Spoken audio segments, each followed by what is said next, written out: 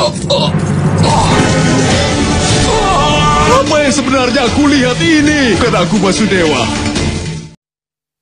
Wiro, Wiro Sablon, Sinto, Sinto Gendeng.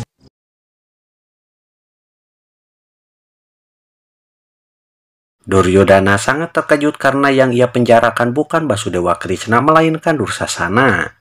Bahkan ketika mau meninggalkan tempat itu, Duryodhana dibuat kaget ketika melihat para penjaga semuanya berwajah Krishna. Kakak, lepaskan aku, Kak! Duryodhana segera pergi meninggalkan Dursasana yang berteriak meminta dilepaskan. Karena rurusuhan, secara tidak sengaja dirinya bertabrakan dengan pelayan pembawa makanan. Namun anehnya, wajah pelayan itu pun adalah wajah Basudewa Krishna. Maafkan aku, Pangeran.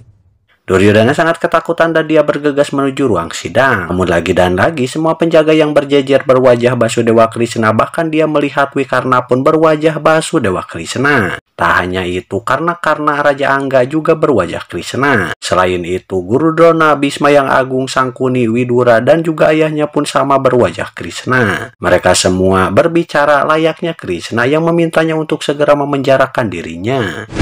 Keponakanku. Duryodhana seperti orang gila dan dia kebingungan terhadap apa yang dia lihat. Kemudian mencoba ngenteng dan betapa terkejutnya ketika melihat wajahnya sendiri berubah menjadi wajah Basudewa Krishna yang mulai menamparnya sampai tersungkur, tepat di hadapan Basudewa Krishna yang berdiri tegak. Krishna menunjukkan sebuah keajaiban pada Duryodhana. Badannya bercahaya yang membuat Duryodhana semakin bingung juga merasa takut. Dia celungak-celinguk kesana kemari memperhatikan wajah semua orang. Dan seketika dirinya sudah berada di sebuah gurun pasir. Duryodhana lari kesana kemari karena merasa takut. Sampai akhirnya dia terjatuh, namun di depannya tepat berdiri Basudewa Krishna bertubuh sangat besar. Basudewa mengepalkan tinjunya kemudian nonjok paha Duryodhana sampai dia meraung kesakitan.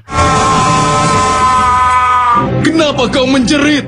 Raja Desarasa bertanya kenapa Duryodhana menjerit. Jelaskan Lalu Krishna apa yang mengatakan terjadi. jika dia akan memberikan penglihatan pada Destarastra.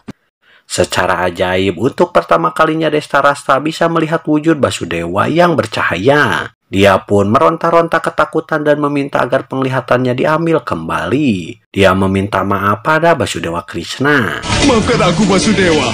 Kini Destarastra pun kembali menjadi buta. Sedangkan Duryodhana masih meraung kesakitan sambil memegangi pahanya. Namun lama-kelamaan Duryodhana sadar bahwa dia tidak merasa sakit.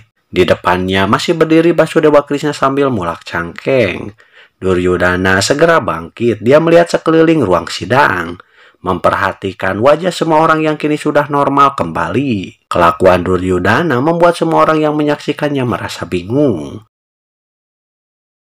Duryodhana meraba-raba wajah Sangkuni, meraba wajah Raja Angga, kemudian memutar-mutar memperhatikan semua orang yang ternyata wajah mereka masih normal.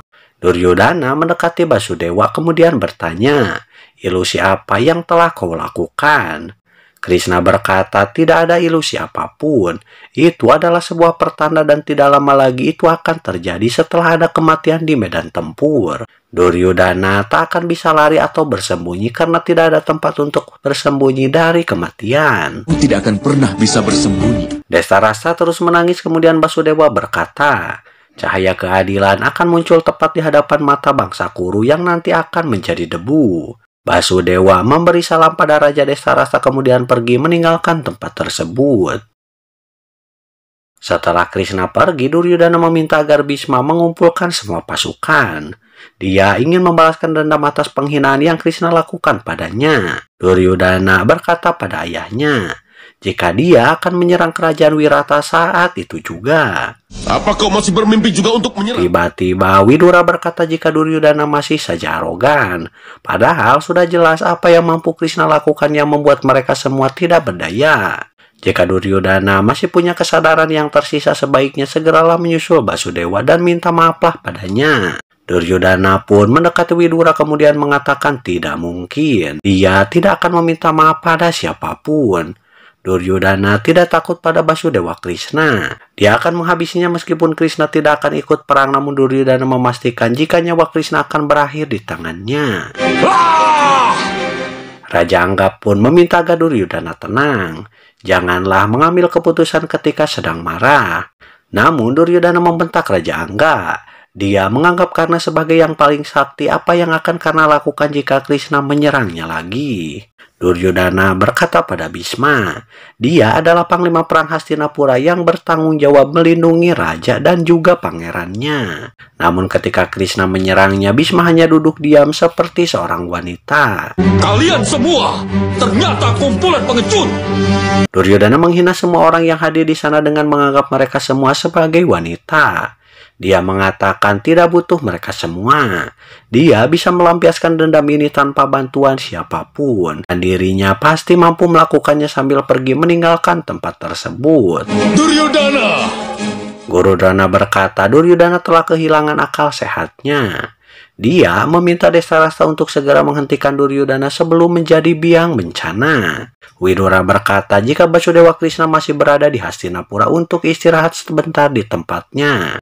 Widura memohon agar Destarasa mendatangi Basudewa Krishna dan meminta maaf padanya. Namun ketika Destarasa akan pergi, Bhisma malah melarang. Biarkan saja Widura.